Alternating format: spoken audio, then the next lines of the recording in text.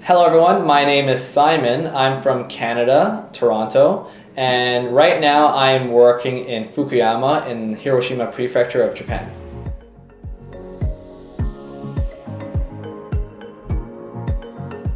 Well, one of the great things I love about my neighborhood is that it's right next to the ocean. So if I ever want to go to a place with more nature, it's quite easy to access it. Actually, it's a 5-minute walk from my house, right next to the river. So it's quite nice to take a stroll in the morning. Besides that, the city is not small by any means. So if I ever wanted to go to other more city-like stuff, I'm also able to do that. One of the interesting things about the city is that there's a castle right next to the station. And during this time of the year, in April, you're able to see a lot of nice cherry blossoms. And a lot of people actually have picnics there with their friends and family. And well, since the city is also quite flat, it makes things a lot easier when you want to get around the city.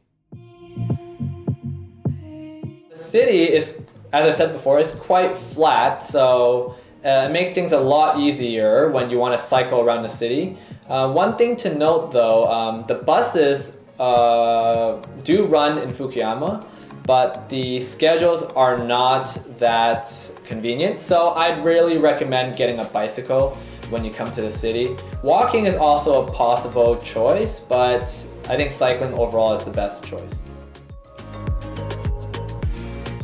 The local community is quite friendly actually. I've been around to a lot of local stores and shops.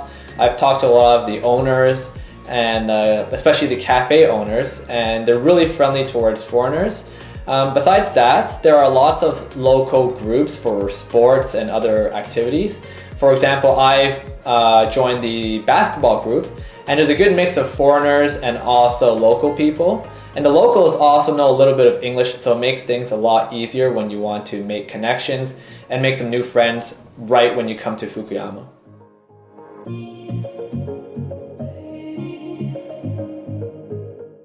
Okay, well, outside of the class, we do some counselings, and we also make sure that the students in the lobby are able to practice if they come a little bit early.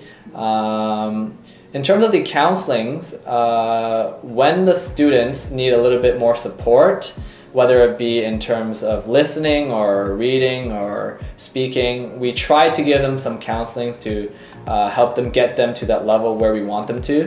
And if they ever need some extra support, we try to work around that, and we work together as a team to figure out what's the best plan for them. One of my high school students that I teach in a higher level class, she came to me one time to ask for support in a speech contest. And after that class, I gave her some pointers.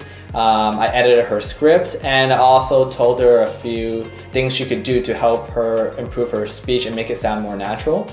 The next week when she came back, she told me that she ranked 5th place in her classroom, which was quite impressive.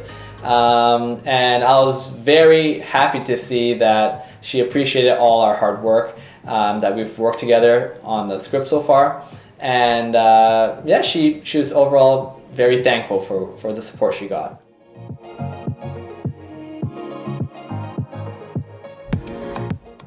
After training, we kept in contact with the foreign trainers. They still made sure that if we needed any help, that they were always there to help us. At my local branch in Fukuyama, there were quite a few supports available for us. For example, the head teacher and other foreign staff were able to really explain the lessons and the other nitty-gritty details about what we need to do. And there were teacher meetings which helped us cover things that we might not have had time in the initial training. For example, there were lesson types called speech units. These types of classes weren't really covered extensively, however they were still a big part of the lesson, so we're able to go into a little bit more depth in those kind of things. And also overall, getting with the system at our school and what we need to do. One of the biggest advice I would have for future teachers who would come to Japan is really try to learn a little bit of Japanese before you come here.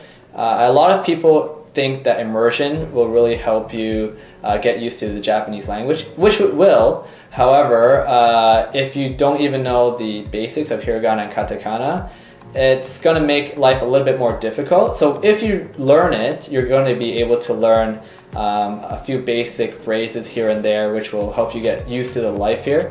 And because you'll be working in Japan full time, you're not going to have all the time that you want in order to study. So doing the study before you come here will really benefit you and make your life a lot more enjoyable.